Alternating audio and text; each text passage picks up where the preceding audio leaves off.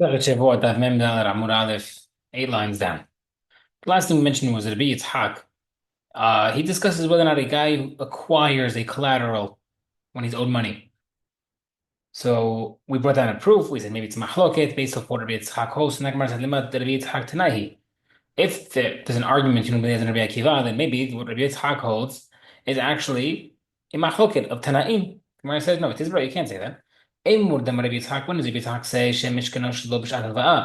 only when a guy took the collateral after the loan happened, right? Not at the time of the loan, but afterward. Mishkino b'shat halva'a, mi amar. But Rabbi Yitzhak, who said Rabbi Yitzhak would hold that if he took the collateral at the time of the loan, when they write the loan itself, who says that it's considered ownership, and therefore doesn't Rabbi Yezer and Rabbi Akiva won't agree in that regard. Okay, Ella must be Mishkano Shlosh Lava'ato. When the lender took collateral from the borrower, not at the time of the loan, Kulam lo pligi to eat Rabbi Yitzhak, everybody holds Rabbi Yitzhak that it's considered ownership. But in our case, one case where he took the collateral at the time of the loan. Whether or not it's the lender is considered like a guy who's watching a lost object. The Itmar Brita says, Shemar Abed, guy is watching a lost object. I find something that you lost.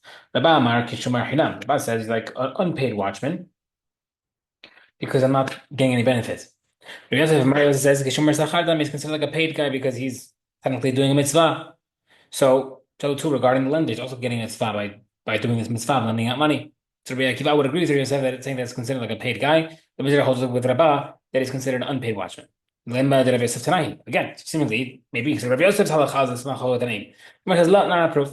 But Shemar Abed regarding the lost object, the Kuyam itla de Rabbi Yosef.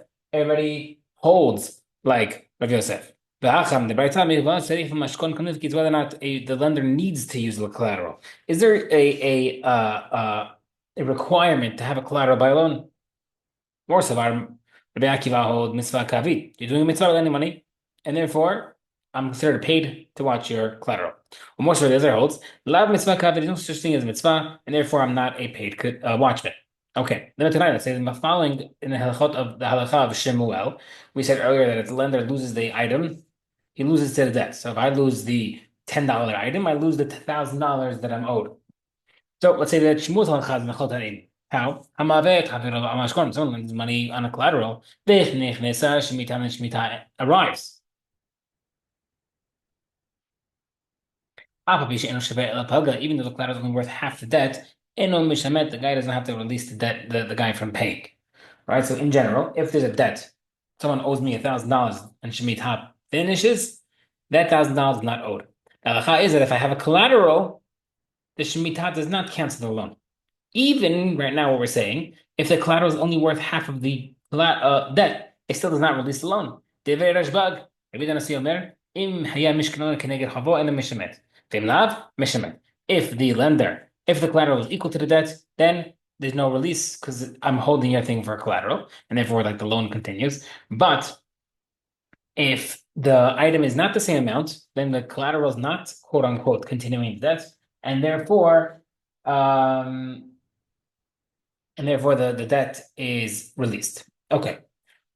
What case do we say that the halacha, the first Rashbag say that the debt's not released? Either mechanically, I mean it's not released equated to the amount of the collateral, meaning if it's a $500 collateral on $1,000 loan, he said, oh, it's not released. What, the whole thing or just the $500? The question is. Sounds like that Rabbi Yehuda, who argues against him, would say that you have to release the debt even from the amount of the collateral. Then what's the point of having collateral? Okay, really, Rabbi Shimon holds that nothing's released from the entire debt. He even can collect even the value of the collateral. According to Rashbag, seemingly, the collateral represents the entire amount of money. Like Shmuel said, even if it's $10, it's worth $8,000. If you lose it, you lose the whole thing. And therefore, Shemitah can be collected even if it's a minute amount of the loan. Rabbi Yehuda would say that the collateral only is equal in value. And here, against Shemuel, Gemara says not a proof against Shemuel. Elam can really Rishwag is holding it. It's equal to the collateral. Ubaha commit forget machloket on the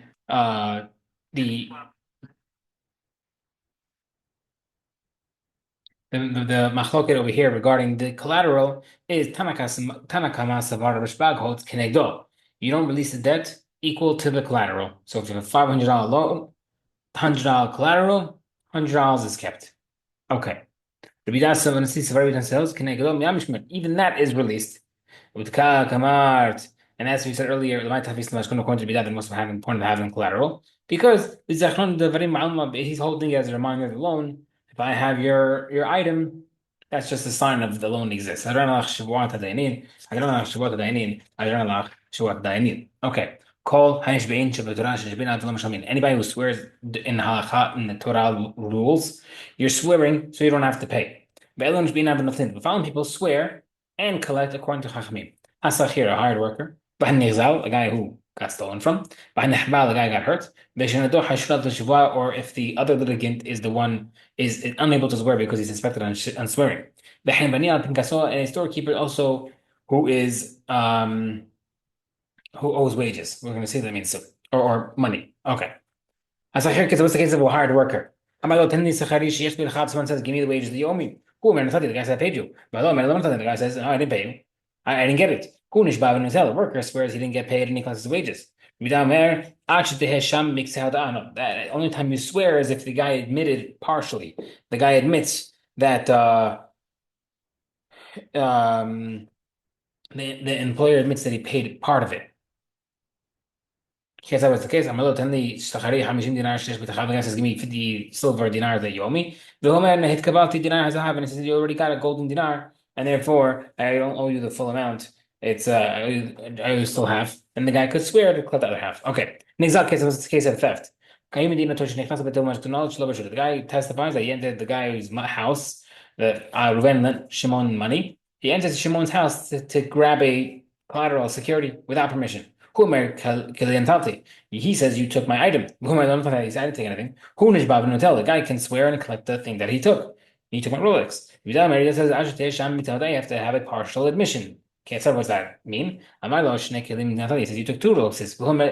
I only took one. That's the case where he swears. What's the case if a guy got hurt? There's witnesses testify that Reuven entered Shimon's property and he left his house injured after entering uninjured. Amar lo hibati, the guy says, you hit me.